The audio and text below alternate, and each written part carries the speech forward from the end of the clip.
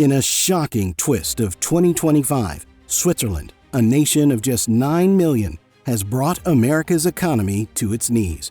Trump's 39% tariff on Swiss gold backfired instantly, sending global markets into panic, and gold prices soaring past $3,534 an ounce.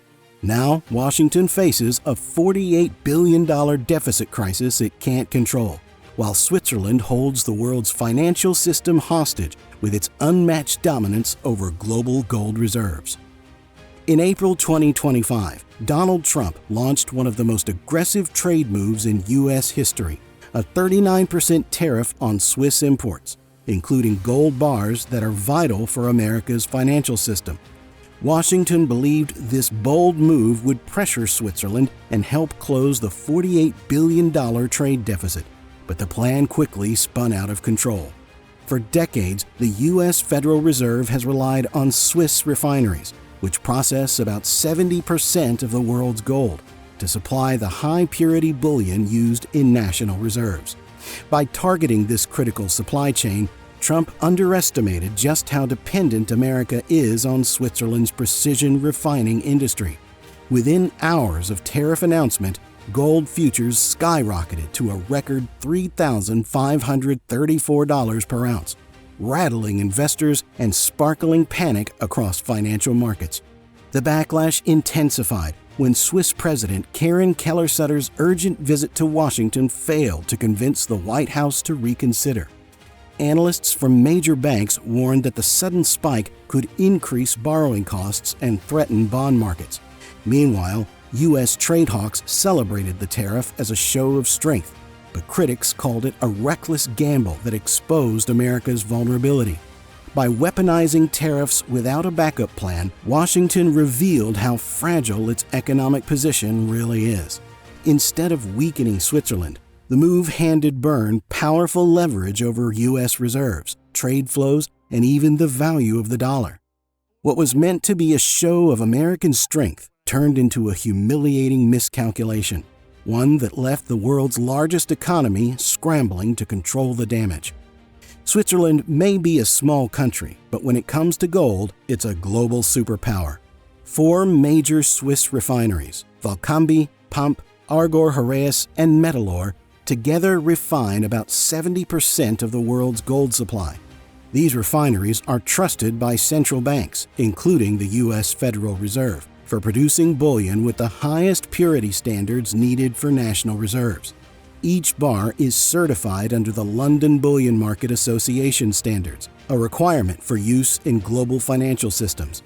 Alternative producers like Canada and Australia cannot match Switzerland's massive refining capacity or its consistency. Japan's refiners are limited by domestic demand and logistical challenges, making them unreliable substitutes.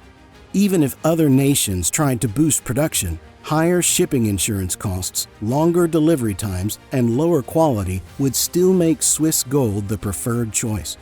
Beyond bullion, Switzerland's refining industry is deeply connected to its other precision sectors, from luxury watchmaking to pharmaceutical catalysts, amplifying its strategic importance. In the first quarter of 2025 alone, over $36 billion in gold exports accounted for nearly 2/3 of Switzerland's trade surplus with the United States. This dominance gives Bern powerful leverage. Disrupting its gold supply would shake jewelry markets, disrupt high-tech manufacturing, and even stabilize central bank reserves. America's attempt to sideline Swiss gold only proved one thing: the global financial system runs on Swiss precision, and without it, Washington's economic engine simply cannot function. The decision to target Swiss gold did not just hurt Switzerland, it backfired brutally inside the United States. Within weeks of the 39% tariff, the cost of importing gold surged, pushing premiums up by $15 per ounce and triggering volatility in U.S. bond markets. Even small price changes had outsized effects. Analysts noted that such a premium could raise bond yields by 15 to 20 basis points, strengthening the dollar but making U.S. exports far less competitive. The Federal Reserve was forced to step in. with estimates showing it might inject $50 to $75 billion into short-term repo markets just to maintain liquidity and prevent a credit squeeze.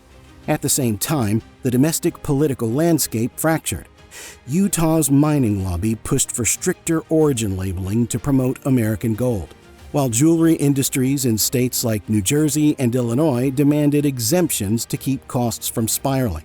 The conflicting interests turned the tariff into a political minefield.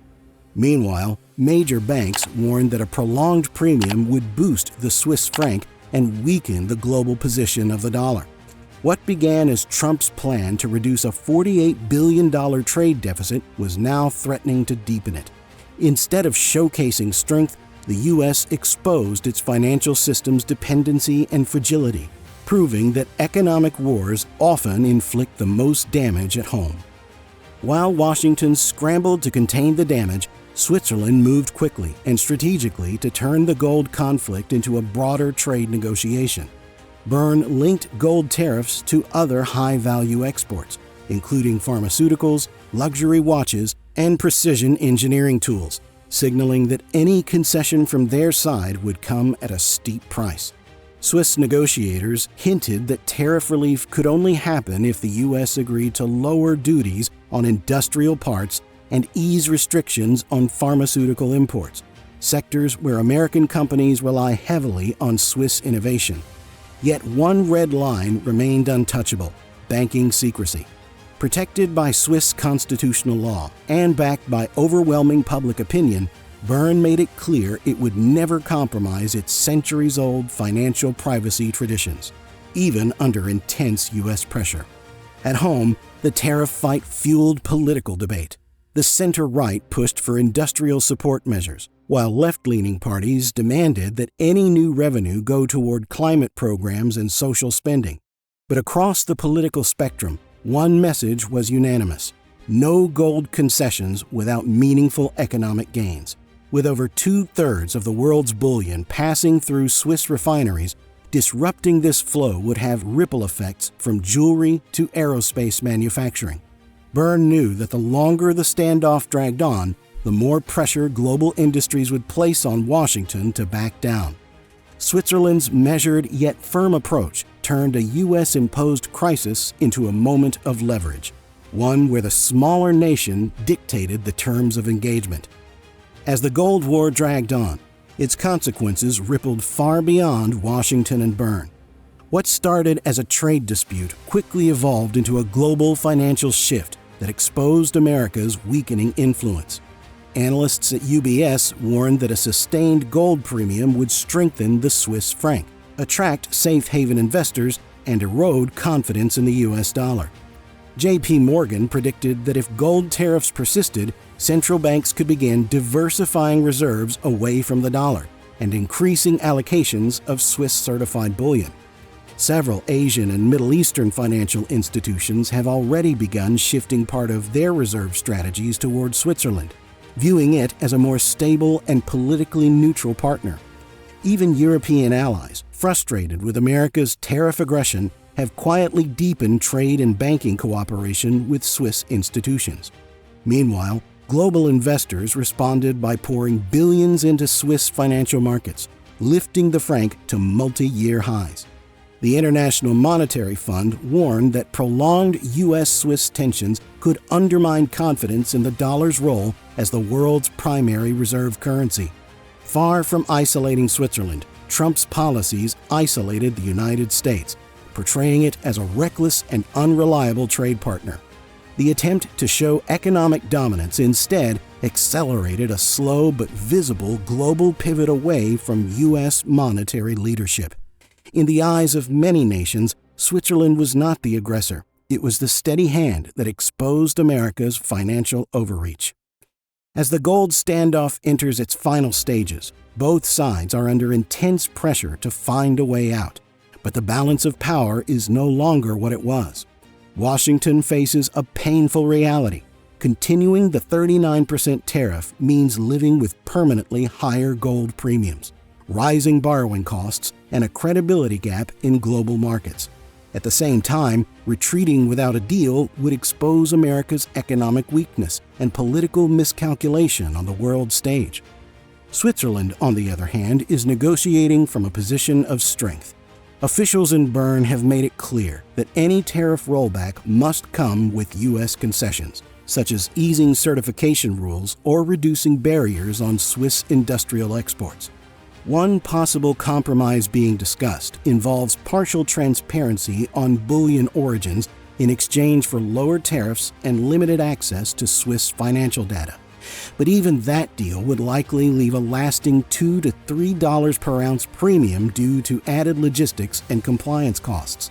Analysts say that America could try diversifying its reserves with metals like platinum or palladium, but none can replace gold's role in central banking or global trade. As negotiations drag on, every leak from the closed-door talks moved gold prices within minutes, a sign of how much is at stake. And with every day that passes, the world sees that it is Switzerland, not the United States, setting the terms of this financial confrontation. This isn't just a trade dispute, it's a power shift that exposes America's growing vulnerability. Subscribe now to stay ahead of the next global financial showdown and discover how this gold war could reshape the world economy forever.